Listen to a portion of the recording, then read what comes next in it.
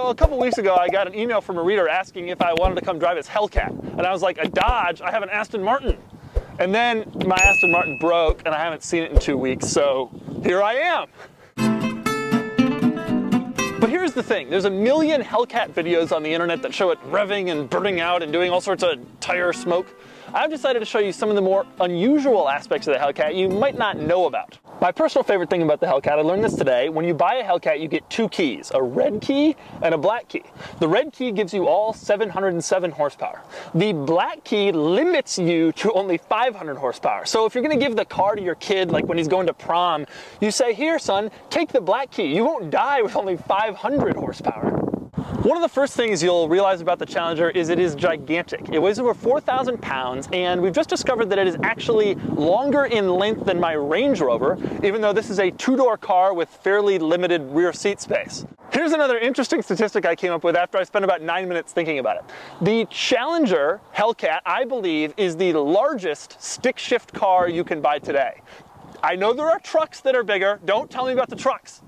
I think the Challenger Hellcat at 197.7 inches long is the largest stick shift car you can buy today. Here's another great thing about the Hellcat you may not have learned. In the front, you got headlights. You also have, on this side, you have an air intake. This little thing that looks like a headlight, actually an air intake. You can get. Now you might be wondering, what then is on this side? Another air intake? No, it's a light. But we just figured out that it's not a real light, it is a fake light. So there's an air intake on this side, and there's a fake clear lens on this side. That's Chrysler engineering at its finest. Here's another thing about the Hellcat and the Challenger in general that's kind of a problem. Visibility. Now, I don't want to say visibility is bad. I want to say that it's the worst visibility of any modern automobile in existence. Here's why. Seeing out the front, no problem. Seeing out the side, no problem. Seeing out the back,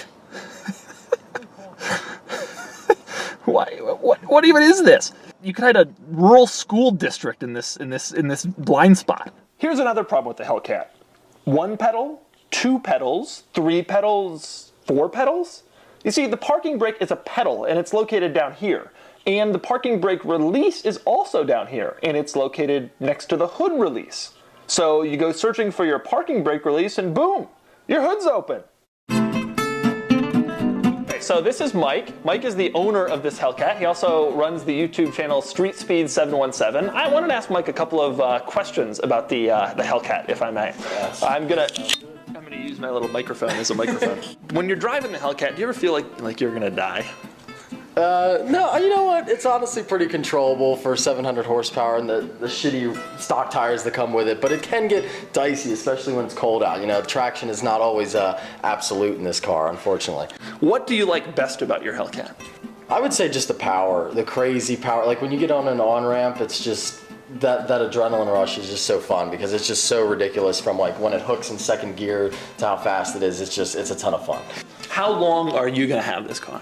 Probably not too long, maybe like 5 or 6 months yet. We'll see. Really? That's it? The only reason why I'm selling it is because the market for them is really strong right now. How is the market? So have you lost any money on this? I shouldn't I should be able to break pretty much even. What are you going to replace the Hellcat with?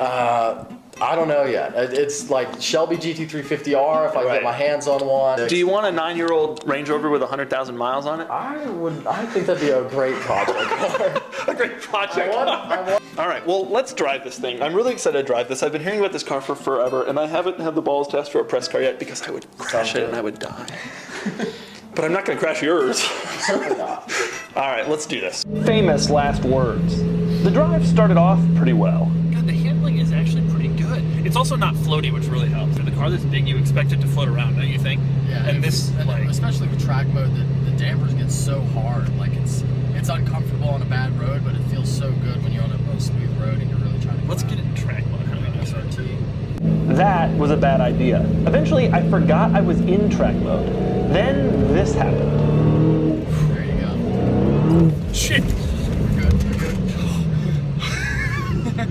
Oh my god! I should have got that on camera. This thing is insane. This thing is absolutely insane. Okay. Alright, let's take it off track mode. That's the end of track mode for sure. Oh my god. How do we go? Is there an eco mode? Can we get put it in valet mode and limit it to 95 horsepower? In the end, I had a great time driving the Hellcat, and I was seriously impressed with both its handling and its power. But it really is an insane car. That little incident, which didn't look like much on camera, but was actually one of the scariest things that's happened to me in a car in years, happened when I was in 4th gear. The Hellcat is a beast. So we've learned something today. Hellcat owners, if you're in track mode and it's even a little wet outside, don't floor the accelerator in any gear. And to the rest of you, if there happens to be a Hellcat in your general area, good luck. If you put the camera there and it was side on, would that be better or is this better? I like this better. Okay, because you don't want to move the camera. All right, is it rolling now? We've been talking and this is, oh my gosh, this is a disaster.